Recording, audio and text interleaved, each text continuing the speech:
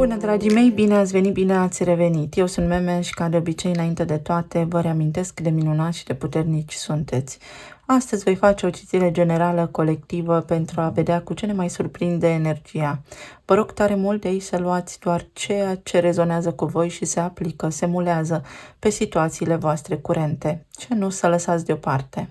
Vă mulțumesc tuturor celor care sunteți aici, ca de fiecare dată, pentru mesaje și suport, iar celor care sunteți pentru prima dată aici, vă invit să vă abonați și să apreciați clipul dacă găsiți potrivite mesajele pentru voi. Să vedem așadar, avem o zi de vibrație 14, însă nu o datez, doar vorbesc despre vibrația 14 care aduce armonie. Este temperanța, este echilibrul dintre apă și foc, este liniște, poate fi liniștea de dinaintea furtunii. Așadar, astăzi, dacă aveți de făcut treburi, chestii sau aveți planuri de viitor, încercați să le rezolvați încă de pe acum sau să vă faceți toate cele necesare. Nu amânați pe mâine ce puteți face în acest moment prezent. Putem considera că aceasta este o zi pentru iertare, pentru pace, pentru armonie, pentru liniște. Dacă vreți să vă împăcați cu cineva, dacă vreți să discutați, dacă vreți să rezolvați niște chestiuni importante, această zi este de luat în calcul. Să ne reconectăm cu Mama Pământ, să ne luăm răspunsurile din natură sau să lăsăm lucrurile să se desfășoare natural și organic. Ceea ce vom planta astăzi vom culege în scurt timp. Niște situații care se transformă și vom avea sprijin, așa cum am spus, din natură sau un sprijin din partea celorlalți, deloc forțat, ci din contră, benevol și necondiționat. Să ne conectăm cu elementul apă. Poate aveți legătură cu semne de apă sau aveți voi planete prin semne de apă și mesajul se aplică mai mult pentru voi. Avem aici hidratarea, care de asemenea este foarte importantă. Poate la nivel de sănătate aveți nevoie de săruri și de minerale sau dacă aveți vreo condiție medicală, energia, această citire, frecvența pe care sunteți voi acum, vă îndrumă către o abordare holistică. Să vă uitați la cauza care v-a dus aici unde sunteți în acest moment. Să căutați dincolo de suprafață un răspuns pentru că îl veți găsi. Este o zi pentru emoții, este o zi în care putem face foarte multe lucruri care ne fac plăcere. Poate unii dintre voi aveți planificat concediul sau îl puteți planifica acum pentru că nu veți avea obstrucții. Avem asul de monede, înaltul preot, 8 de cupe, 2 de bâte, pajul de cupe. Ocazie reală, stabilă, nu este visare, ce este în mână nu este minciună, să pleci într-o călătorie sau să reușești să rezolvi ceea ce ți-ai propus. Ai niște planuri, ai niște gânduri, o strategie, un plan pe care acum îl poți pune în practică liniștit. Pentru că energia este aceasta sub arcana temperanța, care ne oferă nouă liniște, calm, dar și disciplină. Începi un proiect, îți poți face bagajele, să pleci într-o călătorie la propriu sau începe un nou circuit pentru tine. Prinzi un culoar pe care te poți desfășura acum fără piedici. În zona relațiilor de iubire, cineva aici ia o hotărâre, revine la sentimente mai bune sau pur și simplu din calea ta și a omului drag ție, se ridică acum niște bariere. Nu are nimeni nimic de împărțit cu nimeni astăzi, ci din contră, prin reconectarea la propriile noastre emoții, așa cum era pe vremuri odată cândva, și la empatie, la binele tuturor și al aproapelui nostru, vom vedea că în funcție de ceea ce gândim noi, aia vom primi. Dacă voi sunteți astăzi iubitori, calmi, veți primi la schimb același lucru. Unii dintre voi vă planificați concediul în funcție de niște activități pe care le au copiii voștri de făcut. Și aceste activități sau aceste examene pentru unii dintre ei vor fi cu reușită. Pentru cei singuri, uite că puteți în sfârșit să vă liniștiți, să vă găsiți locul. Fie alături de cineva care este nou, pe care îl cunoașteți acum și este un om care se aliniază pe această frecvență a iubirii cu voi, fie este vorba despre faptul că plecați într-o călătorie a regăsirii sinelui, într-o călătorie de vindecare, în care întoarceți spatele unui trecut tumultos, de unde învățați acum ce s-a întâmplat acolo pentru a vă elibera și o luați de la început. Unii dintre voi puteți auzi despre nașterea unui copil, despre o sarcină. Alții dintre voi puteți primi o cerere în căsătorie. Dacă sunteți în relații deja formate, aici voi și partenerii voștri astăzi aveți niște planuri sau niște discuții, dar care sunt foarte benefice, care aduc rezultate imediate. Sunt discuții coerente, mature și structurate, vizează un rezultat imediat și aveți parte de succes împreună în planurile pe care le aveți acum în minte. Alții dintre voi vă gândiți, această relație parcă nu mai este ca la început. Ce aș putea să fac? Unii dintre voi veți alege să discutați, să ajungeți la un numitor comun, iar alții dintre voi s-ar putea să vreți să vă trăiți viața, să vă bucurați mai mult de viață și să o luați de la început sau să mergeți pe cont propriu. Ambele variante sunt posibile pentru că pajul de cupe este o energie tânără, este ideea de noutate în viața noastră. Apare ceva nou în zona relațiilor pentru voi, încredere, apare cineva care vă curtează, partenerul de viață cu care aveți acum o relație stabilă, un cuplu, veți vedea că este mai spontan, mai jovial, mai iubitor, vine cu niște propuneri, vă surprinde cu ceva ce a planificat din timp, poate nu v-a anunțat și vă spune, hai, repede să mergem acum la drum. Este o bucurie de care puteți avea parte aici, iar pentru cei care sunteți în perioada de separare, energia vă ajută să luați o hotărâre. O hotărâre care este bună, este potrivită pentru voi, prin care să vă eliberați de durere și este ceva de durată.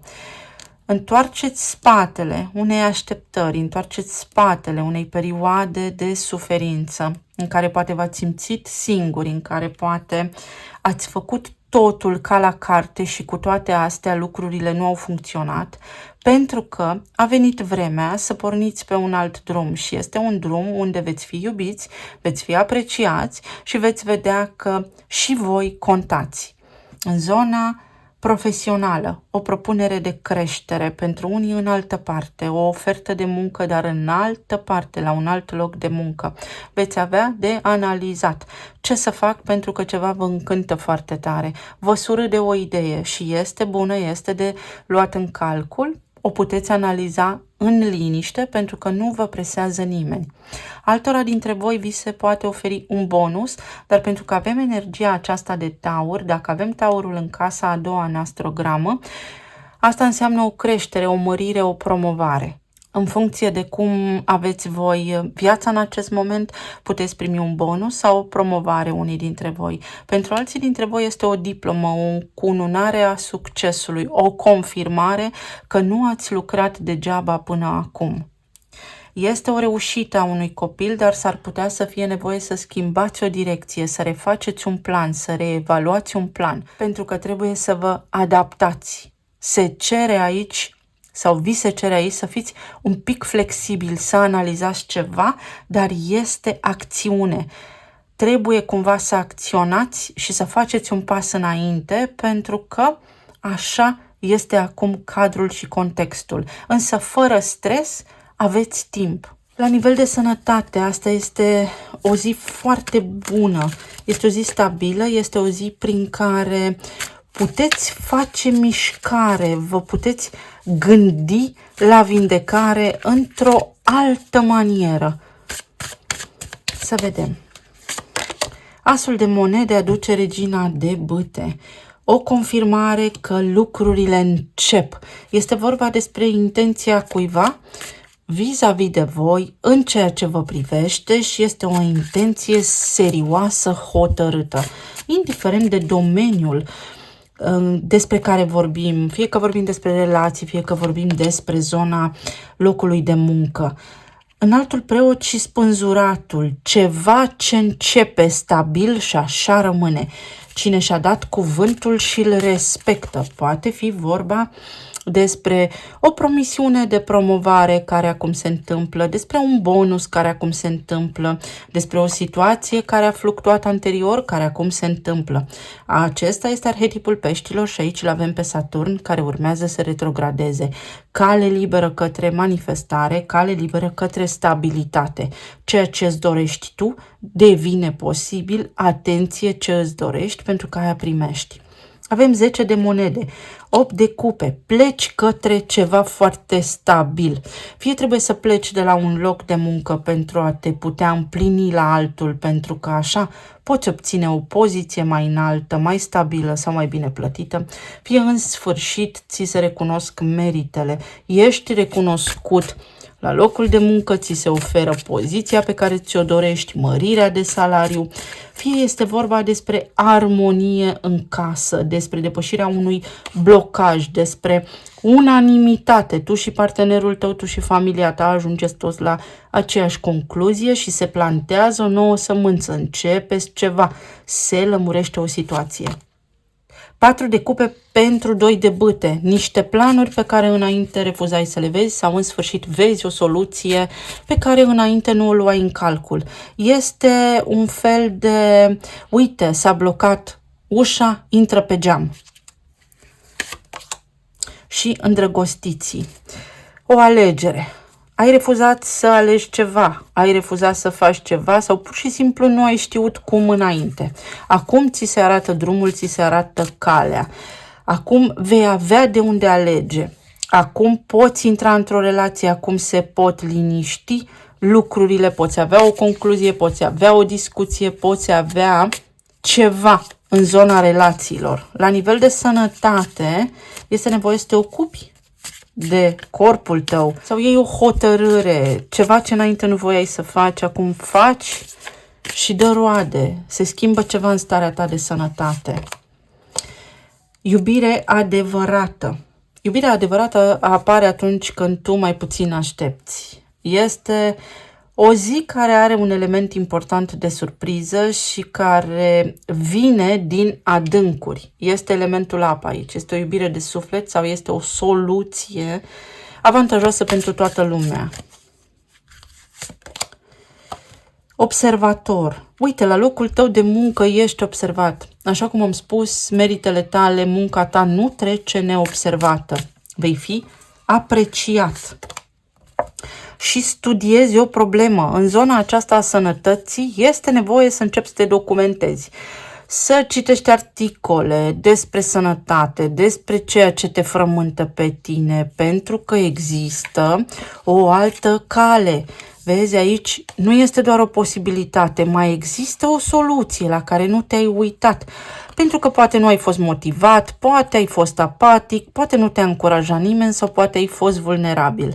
Dar uite că mai sunt și alții ca tine, deci mai sunt cazuri, mai sunt oameni care au trecut prin același lucru, există dovezi și există studii care să-ți arate că poți să te vindeci sau să faci lucrurile altfel.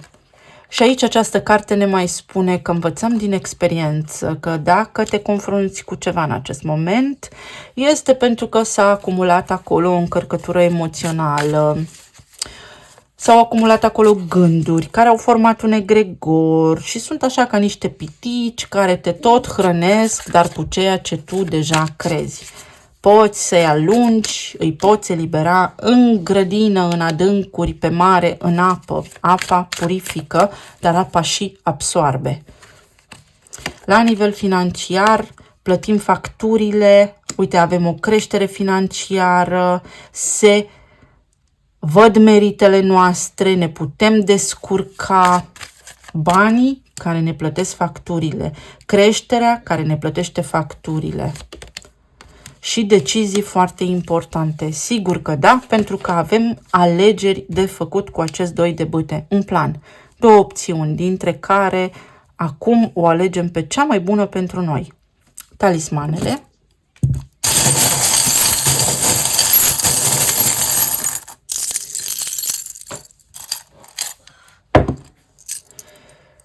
O veste bună despre o încheiere, o finalitate, o soluție, un drum care rezolvă niște chestiuni administrative poate sau ceva ce începe acum, un nou capitol pe care îl poți vedea sau la care ai tot lucrat, un proiect la care ai tot lucrat, niște lucruri de care te-ai tot ocupat, care acum îți întorc roadele. Abundență și prosperitate. Crește ceva.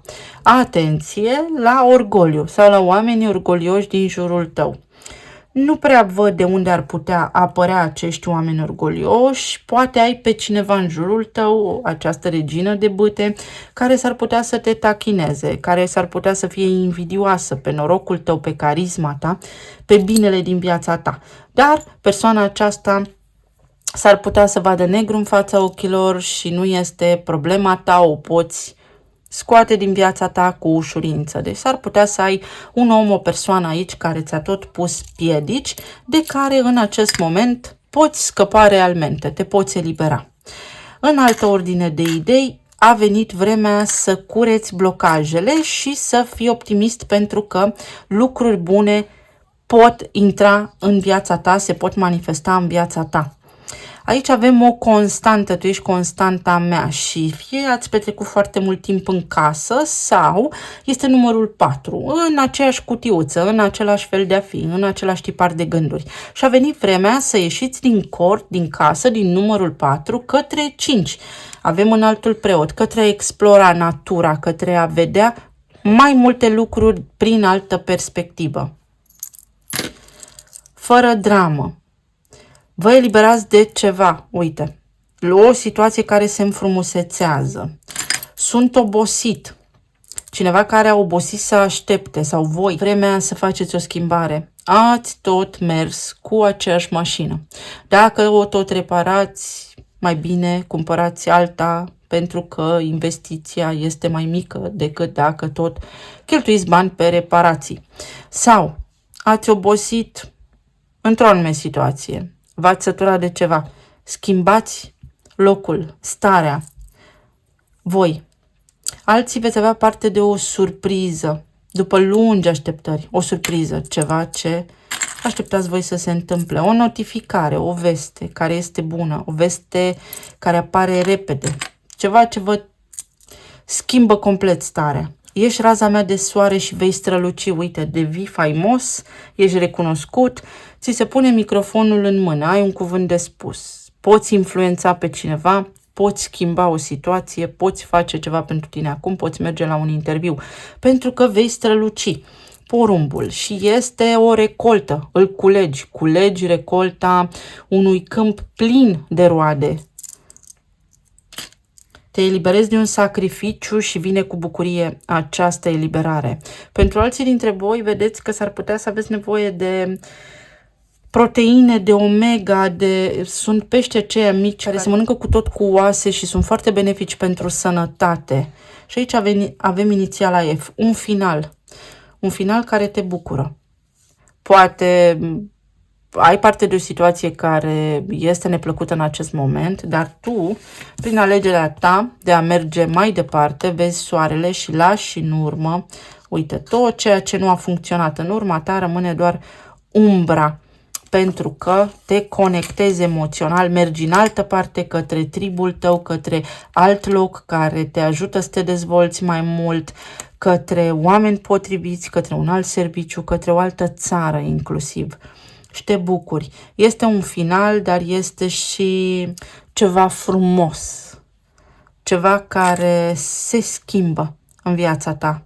Eu vă mulțumesc tuturor, vă doresc să aveți o zi minunată, să fiți bine, sănătoși și iubiți și să ne reauzim cu bine și data viitoare. Pa, pa!